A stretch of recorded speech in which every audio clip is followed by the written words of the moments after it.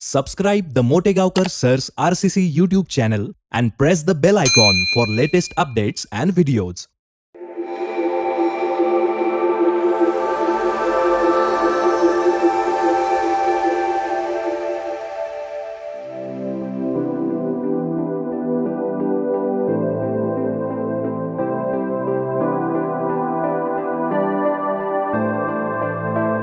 नमस्कार विद्यार्थी मित्रांनो, welcome to the world of chemistry, welcome to RCC.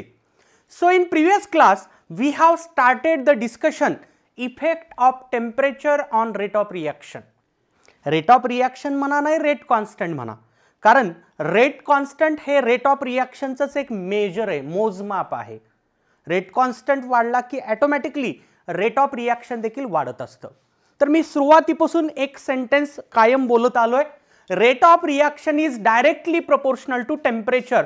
आपण टेम्परेचर वाढवलं की रिएक्शनचा रेट हा डेफिनेटली वाढत असतो. Rate constant is also directly proportional to temperature. Temperature वाढलं की रेट कॉन्स्टंट देखील वाढत असतो.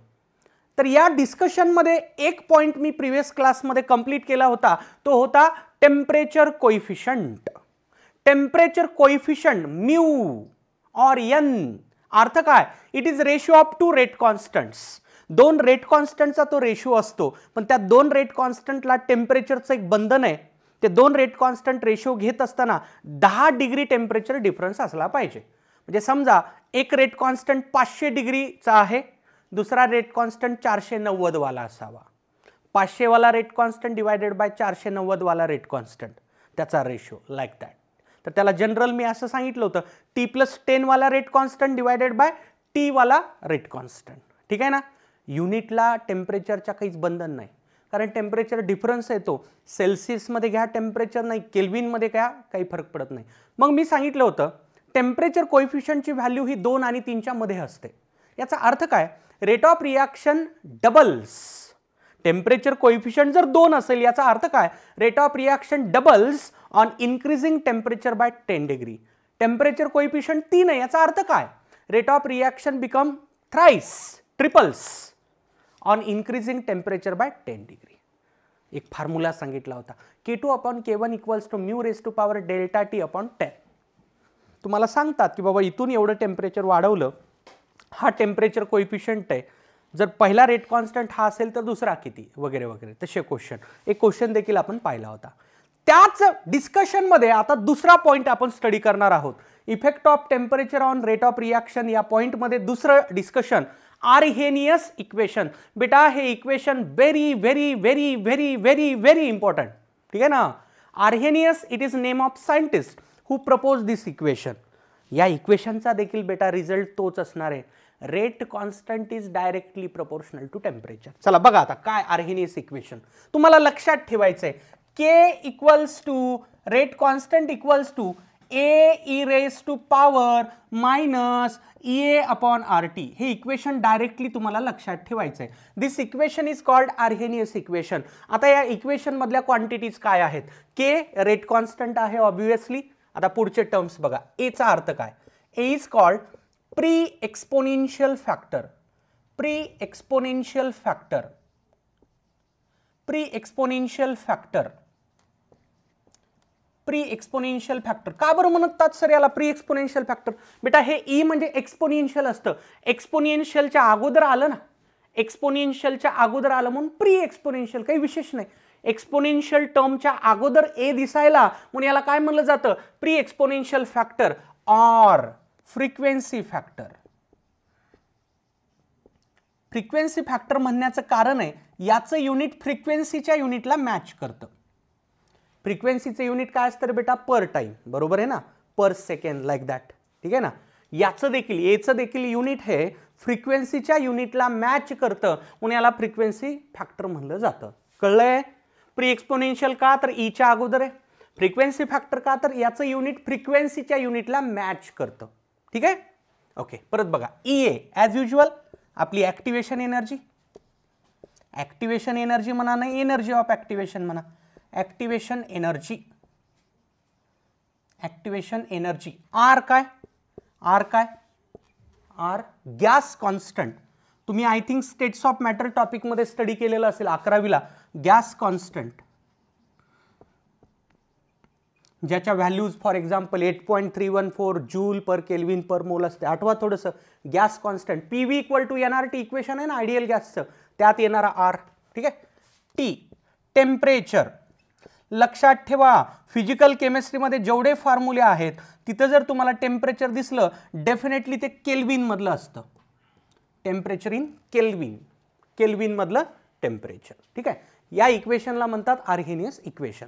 आता बघा हे इक्वेशन तेच रिफ्लेक्ट करतं. Rate constant is directly proportional to temperature. मी आता प्रूव्ह करून दाखवणार आहे. बघा समजा टेम्परेचर आपण वाढवलं, इफ टेम्परेचर इन्क्रीज्ड. आता टेम्परेचर वाढवल्यानंतर मला सांगायचे तुम्ही EA/RT हा टर्म काय होईल. तुम्ही डिनॉमिनेटर मधली एखादी गोष्ट वाढवली की उत्तर वाढतं कमी होतं. डिनॉमिनेटर जर इन्क्रीज केला तर आन्सर डिक्रीज होत असतं. बरोबर बोलतोय मी. डिनॉमिनेटर वाढवला तुम्ही, हे आन्सर काय होईल, कमी होईल. तुम्ही T वाढवलात म्हणजे डिनॉमिनेटर वाढवला म्हणून हे उत्तर कसं होईल, लहान होईल. आता EA/RT कमी होईल. मला सांगायचं आता जर EA/RT कमी झाला, e⁻EA/RT हा फॅक्टर काय होईल. पावर जर कमी झाला, पावर जर कमी झाला उत्तर ऑटोमॅटिकली कमी होत असतं, हे पण कमी होईल. टेम्परेचर वाढवलं की हे कमी होईल, हे कमी झाल्यामुळे हे पण कमी होईल. आता बघा, आता बघा e⁻EA/RT काय होईल.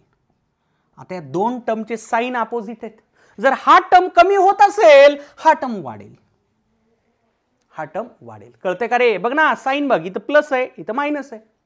हा टर्म टेम्परेचर वाढवलं की हे कमी व्हायलं, हे कमी व्हायलं म्हणून हे कमी व्हायलं, हे वाढेल. का, याचं साइन आणि याचं साइन कसं आहे, अपोजिट आहे. आता हे वाढल्यानंतर के कसा होईल बघा. या केचं या टर्मचं, एवढ्या टर्मचं रिलेशन कसं आहे, डायरेक्ट आहे. एचा आणि या टर्मचा गुणाकार आहे के, बरोबर आहे.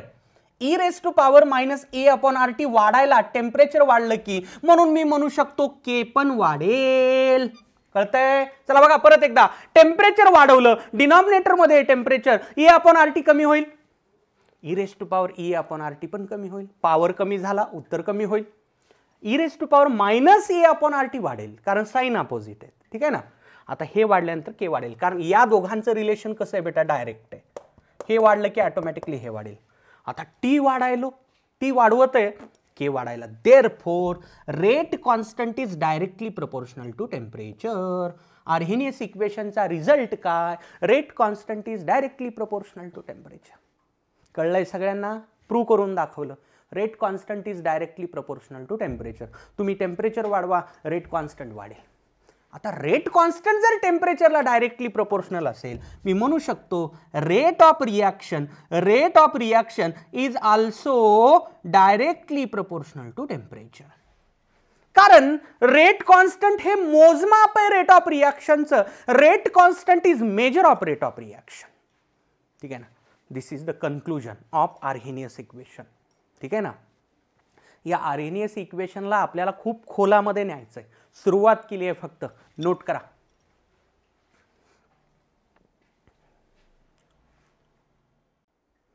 आता या आर्हेनियस इक्वेशनचे वेरियस फॉर्म्स आपल्याला स्टडी करायचे आहेत, ज्यावरती न्यूमरिकल प्रॉब्लेम्स विचारले जातात. बघा कसं, बघा मी करतोय काय. Taking log on both side, taking log on both side, दोन्ही बाजूला मी लॉग घेणार आहे. ठीक आहे. पण मी लॉग घेणार आहे नॅचरल लॉग. नॅचरल का घेताय सर, मी तुम्हाला लॉगॅरिथम जेव्हा शॉर्ट मध्ये सांगितलं होतं तेव्हा एक सांगितलं होती गोष्ट. नॅचरल लॉग असतो आणि कॉमन लॉग असतो. नॅचरल लॉगचा बेस ई असतो, LN न दाखवतात ना तो लॉग, त्याचा बेस ई असतो. या इक्वेशन मध्ये ई आलाय म्हणून मला नॅचरल लॉग घ्यायचा आहे. Taking log on both side, बघा काय होईल. LNK नॅचरल लॉग घ्यायलो बेटा, याचा अर्थ असतो natural log. LNK equals to LN A⁻⁻EA/RT. ठीक आहे. आता लॉगची प्रॉपर्टी तुम्हाला बऱ्याचदा मी सांगितली आहे. जर दोन नंबरचा गुणाकार असेल तुम्ही त्यांच्या लॉगची बेरीज करू शकता. म्हणजे असं लिहिता येते याला, LNA प्लस LN e⁻⁻EA/RT. दोन नंबरचा गुणाकार असल्यामुळं मी त्यांच्या लॉगची बेरीज केली. ठीक आहे ना. L N K equals to L N A. परत एक लॉगची प्रॉपर्टी मी सांगितली होती तुम्हाला, जो पॉवर असतो तो कोइफिशियंट म्हणून वापरता येतो. आता हे पॉवर आहे, याला मी पुढे आणतो, minus A upon R T, minus A upon R T L N E. बघा मी कोणती प्रॉपर्टी वापरली, हां बघा इथं कोणती वापरली प्रॉपर्टी, इथं लिहितोय मी, log x into y equal to log x plus log y. ही एक प्रॉपर्टी वापरली, ठीक आहे. आणि परत इथं कोणती प्रॉपर्टी वापरली मी, log x raise to power A log x. जो पॉवर असतो तो कोइफिशियंट करता येतो. बघा मी तेच केलं, हा पॉवर होता त्याला मी पुढे आणलं एल एन ई, ठीक आहे ना. आता बघा याला कसं लिहिता येतं, L N K equals to L N A.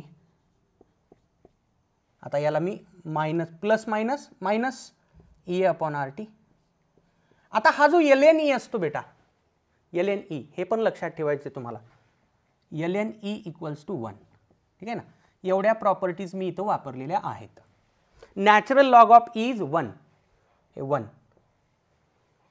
Final equation L N K equals to L N A minus A upon R T, A upon R T, ठीक आहे ना. हा एक फॉर्म झाला आर्हेनियस इक्वेशनचा, हा एक फॉर्म झाला आर्हेनियस इक्वेशनचा, ठीक आहे. आता बघा हे इक्वेशन मी 2 डिफरंट टेम्परेचर्सला यूज करणार आहे, ठीक आहे ना. At temperature T1, at temperature T1 मी काय लिहू शकतो, L N K 1 equals to, हा ए फॅक्टर कॉन्स्टंट असतो बेटा, त्याला 1 2 असं म्हणण्याची गरज नाही. ए हा कॉन्स्टंट टर्म आहे, तो कधीच बदलत नसतो. मायनस ए ॲक्टिवेशन एनर्जी पण कॉन्स्टंट असते बेटा, ती कधीच बदलत नसते. आर गॅस कॉन्स्टंट आहे, माहिती सगळ्यांना. तर टेम्परेचर T1 ला हे इक्वेशन मी असं लिहू शकतो, L N K 1 equals to L N A minus A upon R T1, ठीक आहे ना. आता बघा ॲट टेम्परेचर T2 हेच इक्वेशन मी कसं लिहू शकतो, ॲट टेम्परेचर T2, ठीक आहे. कसं लिहिता येईल, L N K 2 equals to L N A minus A upon R T2, A upon R T2. काय केलं बघा मी, टेम्परेचर T1 ला हे इक्वेशन लिहिलं असं आलं, टेम्परेचर 2 ला हेच इक्वेशन असं आलं. ए ला मी 1 2 म्हणलेलं नाही, ए ला पण 1 2 म्हणलेलं नाही, आर ला पण 1 2 म्हणलेलं नाही, कारण ए ई आणि आर हे कॉन्स्टंट्स आहेत, ते कधीच बदलत नाही. टेम्परेचर जरी बदललं, ए कॉन्स्टंट असतो, ई एक कॉन्स्टंट असतो आणि आर देखील कॉन्स्टंट असतो, ठीक आहे ना. त्यांना 1 2 असं सफिक्स आपण वापरलेलं नाही. आता हे 2 इक्वेशन्स आपल्याला वजा करायचे, सबस्ट्रॅक्ट करायचे. देअरफॉर मी काय लिहू शकतो बघा, एल एन के 2, ठीक आहे, left left right right subtraction करा. हे इक्वेशन मायनस हे equation, L N K 2 minus L N K 1 equals to, काय केलं बघा मी, हे इक्वेशन मायनस हे इक्वेशन, डावी बाजू झाली सबस्ट्रॅक्ट. आता उजवी करा बघा, L N A minus A upon R T2, A upon R T2, ठीक आहे ना. हे दुसऱ्या इक्वेशनची उजवी बाजू मायनस पहिल्या इक्वेशनची उजवी बाजू, L N A minus A upon R T1, ठीक आहे ना. याचा रिझल्ट मला पुढे कंटिन्यू करायचा आहे, जागा अपुरी पडते, नोट करा फटाफट, लगेच पुढे जाऊत आपण. पाहता पुढे बघा, याच्या पुढे काय होईल, लॉगची प्रॉपर्टी जर 2 नंबरची वजाबाकी असेल, म्हणजे 2 लॉगची वजाबाकी असेल, त्यांना भागाकार फॉर्म मध्ये लिहिता येतं.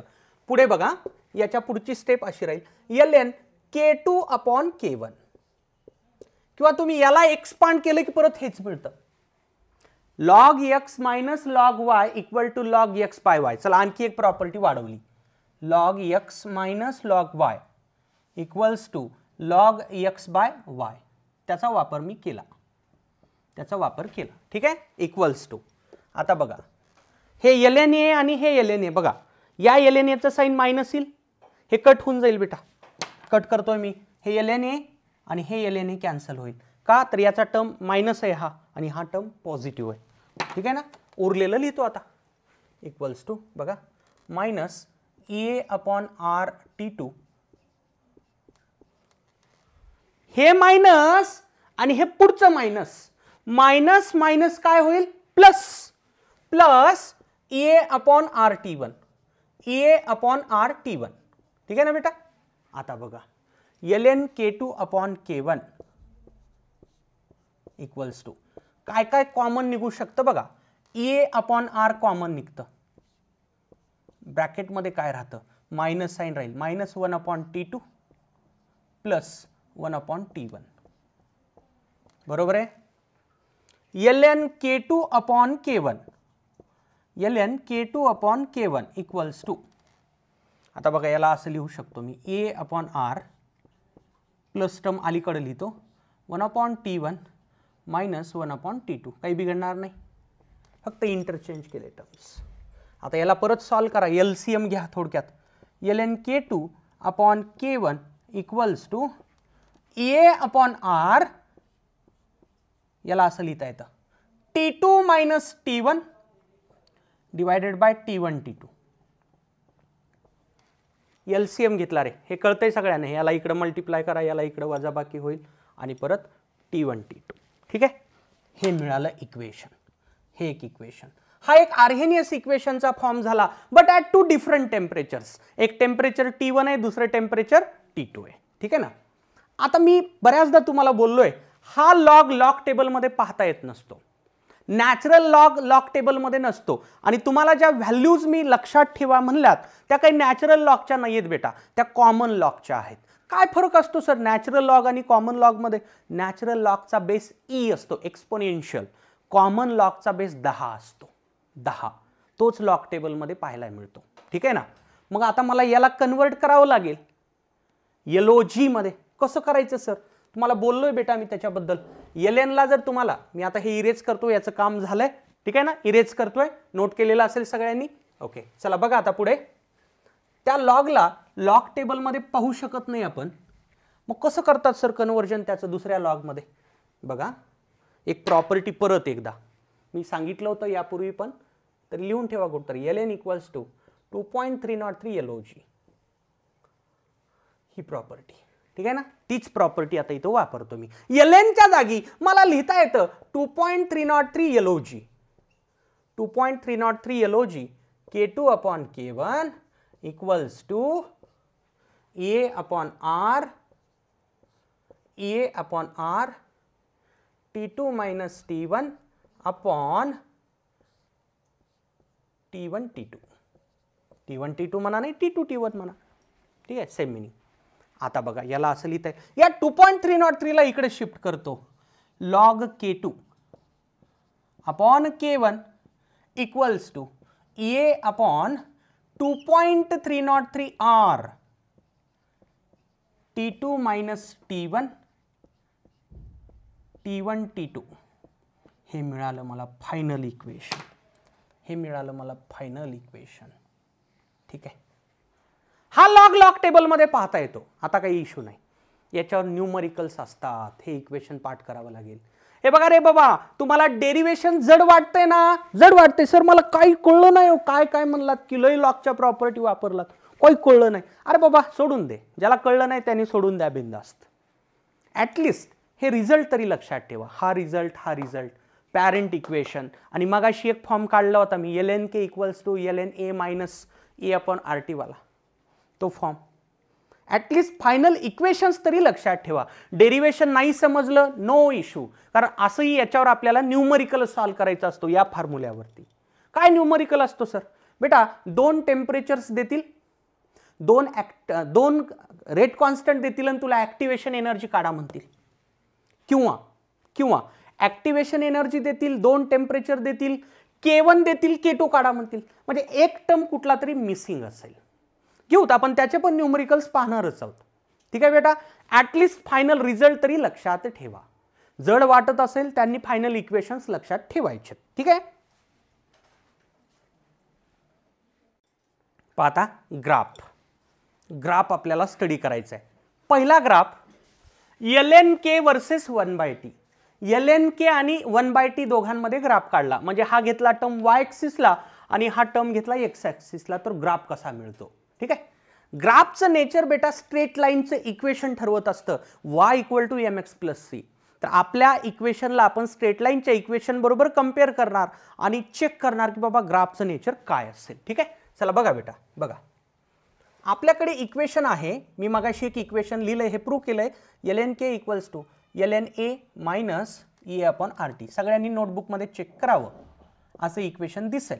आत्ताशी मागं मी लिहिलं होतं. ठीक आहे ना. आता याला असं लिहूत समजण्यासाठी हा -EA/R. ठीक आहे, ब्रॅकेट करतो इंटू 1/t प्लस lna. काही बिघडणार नाही, टर्म फक्त इकडचा इकडं लिहिला. आता मी याला कंपेअर करणार आहे स्ट्रेट लाईनच्या इक्वेशन बरोबर. बघा y = mx + c. याला म्हणतात स्ट्रेट लाईनचं इक्वेशन. सांगितलंय तुम्हाला y = mx + c. कंपॅरिझन कसं होईल? lnk जर तुम्ही घेतलं y ॲक्सिसला, 1/t जर घेतला x ॲक्सिसला, ते तर मी हेडिंगच टाकली आहे. lnk वर्सेस 1/t मला ग्राफ थिंक करायचा आहे. माझा स्लोप काय असेल? माझा स्लोप असेल m म्हणजे स्लोप असतो. स्लोप m = काय यायला रे बेटा? -EA/R. इंटरसेप्ट c म्हणजे इंटरसेप्ट असतो. इंटरसेप्ट y इंटरसेप्ट असतो बेटा, तो y इंटरसेप्ट. c काय यायला रे बेटा आपल्या केसमध्ये? बघ रे, कंपॅरिझन कर. बघ lna. कळतंय सगळ्यांना? मी काय केलं, माझ्या या इक्वेशनला स्ट्रेट लाईनच्या इक्वेशन बरोबर कंपेअर केलं. फक्त कंपॅरिझन करत असताना याला थोडंसं व्यवस्थित लिहिण्याचा प्रयत्न केला. माझ्या लक्षात असं आलं, मी जर lnk versus 1/t graph plot करण्याचा प्रयत्न केला, त्याचा स्लोप येतो -EA/R आणि y इंटरसेप्ट येतं lna. काढूयात मग ग्राफ आता. ठीक आहे, ग्राफ काढूयात. बघा ग्राफ बघा आता. बघा खूप सोपं असतं रे, खूप सोपं आहे. मन लावा, कुठल्याही गोष्टीवर मन लावलं की ती गोष्ट चांगली वाटत असते. केमिस्ट्रीचंही तसंच आहे. ठीक आहे ना. मन लावा, जीव लावा. lnk घ्या y ॲक्सिसला, ठरलंय सुरुवातीलाच. 1/t घ्या x ॲक्सिसला, घेतला. आता मला स्ट्रेट लाईन मिळणार आहे. कशी मिळेल? स्ट्रेट लाईन कोण ठरवत असते? स्लोप. स्लोप जर पॉझिटिव्ह असेल तर इन्क्रीजिंग लाईन मिळत असते. स्लोप जर निगेटिव्ह असेल तर डिक्रीजिंग लाईन मिळत असते. मी तुम्हाला यापूर्वी बोललोय, स्लोप पॉझिटिव्ह म्हणजे इन्क्रीजिंग लाईन, स्लोप निगेटिव्ह म्हणजे डिक्रीजिंग लाईन. आपला स्लोप बघा निगेटिव्ह आहे. Our slope is negative. As the slope obtained is negative. बघ ना, मायनस साइन आहे. हे कसा आलाय तुझा स्लोप? निगेटिव्ह आलाय. स्लोप निगेटिव्ह आल्यामुळे डिक्रीजिंग लाईन लाईक दिस अशी लाईन मिळते बेटा. अशीच काय मिळाली सर लाईन?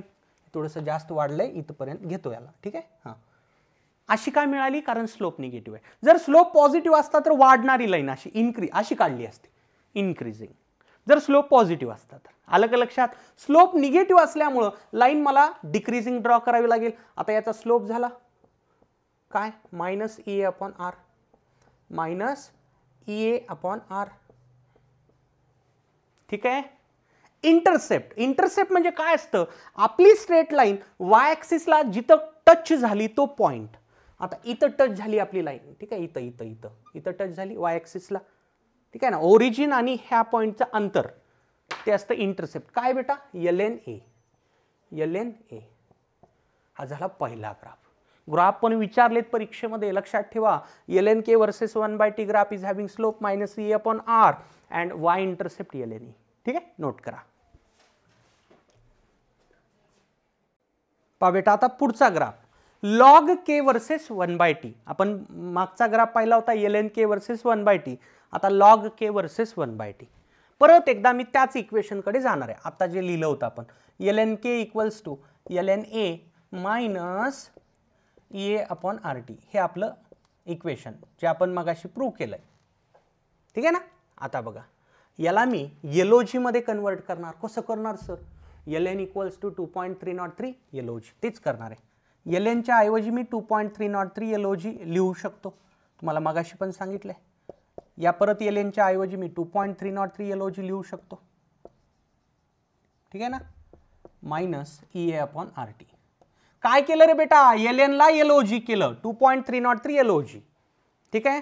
आता बघा, मी या इक्वेशनला थ्रू आउट 2.303 डिवाइड करतो. divide throughout by 2.303 न थ्रूआउट डिवाइड करा.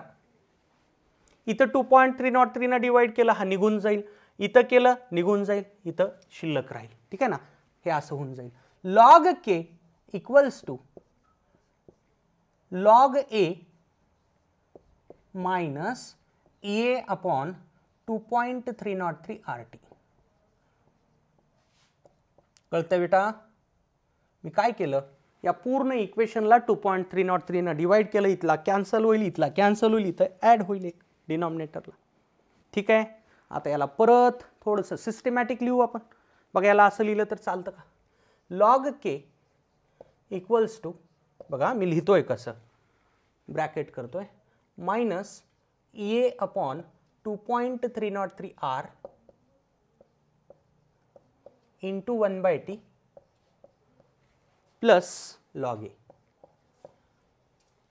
हे आणि हे सारखंच आहे रे, फक्त सिस्टमॅटिक लिहिण्याचा प्रयत्न केला.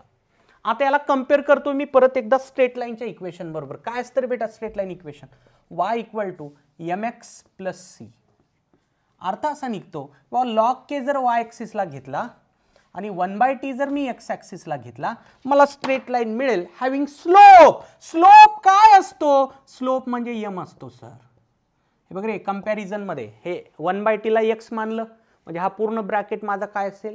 m असेल, मायनस EA अपॉन 2.303 R. ठीक आहे ना.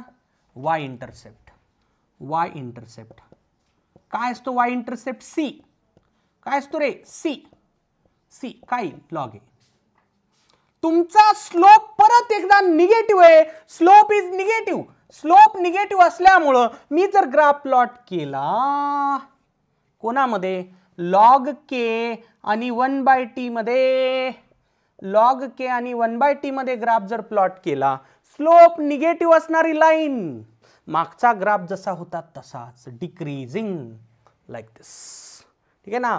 कसा ग्राफ मिळेल आपल्याला? डिक्रीजिंगच का ड्रॉ केला मी? स्लोप निगेटिव्ह आहे. स्लोप पॉझिटिव्ह असता तर वाढणारी लाईन म्हणजे अशी लाईन काढली असती. स्लोप पॉझिटिव्ह असता तर, पण आपला स्लोप कसा आहे? निगेटिव्ह आहे, म्हणून डिक्रीजिंग लाईन. y इंटरसेप्ट म्हणजे हा टचिंग पॉइंट y ॲक्सिसचा इथं, हा काय बेटा? बघ log a. काय आहे? log a. याचा स्लोप काय? स्लोप काय काढलाय आपण? Slope minus EA upon 2.303 R. बेटा या ग्राफवर पण न्यूमरिकल असतो रे बाबा. कसा असतो सर न्यूमरिकल? तुम्हाला म्हणतील when log k versus 1/t graph is plotted, straight line having slope this much is obtained. Slope देतील. What is activation energy? Slope दिलेला असेल, तुम्हाला ॲक्टिवेशन एनर्जी काढता आली पाहिजे. काय करायचं? याला इकडे शिफ्ट करायचं, ॲक्टिवेशन एनर्जी निघून जाते. ठीक आहे ना. दोन ग्राफ आहेत बेटा. मागचा ग्राफ आणि हा ग्राफ, फरक कशात दिसायला मला? स्लोप आणि इंटरसेप्टमध्ये. नेचर तर ग्राफचं सारखंच आहे. तिथं स्लोप आता आला होता मायनस EA अपॉन R, इथं काय? Minus EA upon 2.303 R. तिथं इंटरसेप्ट होतं LNA, इथं इंटरसेप्ट काय आहे? log a. फरक आहे, छोटासा फरक आहे. दोन ग्राफ प्लॉट केलेत. ज्याला हे कळलं नाही ना, त्याच्यासाठी परत माझं सजेशन असेल, फायनल ग्राफ तरी हे ग्राफच पाठ करावं लागेल. ज्याला समजत नाही त्याला एकच पर्याय असतो, घासायचं. नोट करा. पाहूयात आता क्वेश्चन्स ऑन आर्हेनियस इक्वेशन. पहा, बुकलेटचाच न्यूमरिकल आहे हा. बुकलेटमध्ये या क्वेश्चनचा नंबर आहे 246. मी इथं 1 टाकले, पण याला 246 क्वेश्चन तुम्ही धरू शकता फ्रॉम बुकलेट. ठीक आहे. बघा, from the following data activation energy of the reaction H2 plus I2 giving 2 HI in calorie पर मोल विल बी. ॲक्टिवेशन एनर्जी काढायची आहे, पण कॅलरी पर मोल मधली. लक्षात ठेवा, ॲक्टिवेशन एनर्जीचं जे युनिट असणार आहे, ठरणार आहे R च्या व्हॅल्यूवरून. गॅस कॉन्स्टंट R तुम्ही ज्या युनिटमध्ये टाकणार त्या युनिटमध्ये तुम्हाला ॲक्टिवेशन एनर्जी मिळेल. ठीक आहे. कशी मिळेल मी इथं लिहितोय बघा. इथं लिहितोय EA इन कॅलरी पर मोल जर पाहिजे असेल तुम्हाला, त्यावेळेस तुम्ही R, then you have to use R equals to 2. ठीक आहे ना. जर तुम्हाला ॲक्टिवेशन एनर्जी जूल पर मोल मध्ये पाहिजे असेल त्यावेळेस तुम्ही टाकायचे R 25/3 8.314 आहे ना, त्याला 25/3 वापरत चला, टाइम सेव्ह होतो. हे 8.314च आहे, ठीक आहे ना. पण हे 8.314 घेतलं की कॅल्क्युलेशन थोडेसे वाढतात, त्याला 25/3 घ्या, लवकर होऊन जाईल. आता हेच किलो कॅलरी मध्ये म्हणलं तर, हेच किलो कॅलरी म्हणलं तर हे 2 गुणिले 10⁻³ होईल. हेच जर किलो जूल म्हणलं तर 25/3 × 10⁻³ होईल. हे लिहून ठेवा फटाफट कुठतरी, मी इरेज करणार आहे कारण आपला मेन क्वेश्चन वेगळाच आहे, ठीक आहे ना. तुम्हाला जर ऍक्टिव्हेशन एनर्जी कॅलरी पर मोल मध्ये पाहिजे असेल त्यावेळेस R2 टाका. किलो कॅलरी पर मोल मध्ये पाहिजे असेल तर R2 × 10⁻³ टाका. किलो म्हणलं की 1000 ने आपण डिवाइड करत असतो, ठीक आहे ना. जर तुम्हाला ऍक्टिव्हेशन एनर्जी जूल पर मोल मध्ये पाहिजे असेल R ची व्हॅल्यू ही टाका, ठीक आहे ना. जर किलो जूल पर मोल मध्ये पाहिजे असेल तर याला परत 1000 ने डिवाइड करावं लागेल, म्हणजे 25/3 × 10⁻³ किंवा 8.314 × 10⁻³. झालं हे झालं असेल. ओके, आता मी जातोय आपल्या ऍक्च्युअल कॅल्क्युलेशनकडे. बघा मला काय डेटा दिसतोय, 2 टेम्परेचर दिसत आहेत, लॉग के च्या व्हॅल्यूज दिल्यात, 1/t च्या व्हॅल्यूज दिल्यात. मला ऍक्टिव्हेशन एनर्जी काढायची. लक्षात घ्या, 2 रेट कॉन्स्टंट 2 टेम्परेचर दिला ना डेटा, डोळे झाकायचे म्हणायचं. हा क्वेश्चन आर्हेनियस इक्वेशनचा आहे. 2 rate constants 2 temperatures, I have to go with Arrhenius equation. चला बघा बेटा, आर्हेनियस इक्वेशन जे आपण आताशी प्रूव्ह केलं, log K2 upon K1 equals to EA upon 2.303 R T2 minus T1 upon T2 T1 किंवा T1 T2, ठीक आहे. पण यांनी डेटा मला लॉग, हे बेस 10चं टेन्शन घ्यायचं नाही हा. लॉगचा बेस हा 10चा आहे, ln चा बेस E आहे. हे 10 आलं म्हणून घाबरून जायचं काही कारण नाही, ठीक आहे ना. हे फक्त लॉग म्हणजे त्याचा बेस बाय डिफॉल्ट 10चा असतो. ओके, मला डेटा लॉग के चा दिलाय म्हणून मी याला पर्पजफुली असं लिहितो, log K2 minus log K1 equals to EA upon 2.303 R. आता याला पर्पजफुली असं लिहायलो मी कारण डेटाच आपल्याला तसा दिलाय, 1/T1 minus 1/T2. बघ रे, हे मगाशी इथून इथं गेलो होतो मी, इथून इथं गेलो होतो, आता काय केलं मी, इथून इथं आलो. डेटा तसा दिलाय म्हणून, डेटा लॉग के चा दिलाय, लॉग K2 upon K1 चा दिलेला नाही, ठीक आहे. 1/T दिलंय, काम हलकं होऊन जाईल. आता बघा मी काय करणार, मोठ्या टेम्परेचरला कधीही T2 म्हणणार. लक्षात ठेवा, मोठं टेम्परेचर म्हणजे T2 आणि छोटं टेम्परेचर म्हणजे T1. मोठं टेम्परेचर म्हणजे T2 आणि छोटं टेम्परेचर म्हणजे T1. आता हे T2 हे T1 म्हणजे हे काय झालं तुझं रे बेटा, हे झालं तुझं K2 log K2 आणि हे काय झालं तुझं log K1. आता हे जर T2 असेल, हे असेल 1/T2. हे जर T1 असेल, हे असेल 1/T1. कळतंय सगळ्यांना, कळतंय. ओके, चला आता टाका व्हॅल्यूज टाका, क्वेश्चन सॉल्व्ह होऊन जाईल, ठीक आहे. इकडे करतोय कॅल्क्युलेशन. आता पुढे पहा, log K2 काय घ्यायचं तुला, 2.9 मायनस log K1 काय 1.1 इक्वल्स टू EA काढायचं आहे आपल्याला. इथं R राहिलाय, सॉरी. मला क्वेश्चन मध्ये सांगितलंय कॅलरी पर मोल मधली ऍक्टिव्हेशन एनर्जी काढा. मी आताशीच लिहिलंय बघा, इथं लिहिलेलं आहे परत एकदा. R किती घेणार आहे मी, 2, कारण हे R याचं युनिटच कॅलरी आहे बेटा, त्यामुळं हे 2, ठीक आहे. 1/T1 minus 1/T2. 1/T1 काय दिला तुला, 1.5 × 10⁻³ हे झालं माझं 1/T1. हा T1 नाही, ते 1/T1 आहे, बरोबर आहे ना. हे 1/T1 minus 1/T2 minus 1.3 × 10⁻³ ठीक आहे. आता याला सॉल्व्ह करूया आपण. 2.9 minus 1.1 किती येतं बेटा, 1.8, ठीक आहे, इक्वल्स टू EA अपॉन, बघा हे जर मल्टिप्लाय केलं 4.606 येतं. किंवा त्या 2ला तसंच ठेवलं तर बरं राहील, राहू देऊ आणि तिकडे एक 2 तयार व्हायला तो त्याला कॅन्सल करून टाकेल, ठीक आहे. चला बघा आता ही वजाबाकी किती येईल रे, 10⁻³ तर कॉमन आहे. 1.5 minus 1.3 0.2 इंटू 10⁻⁻3. ठीक आहे का? आज झालं हे.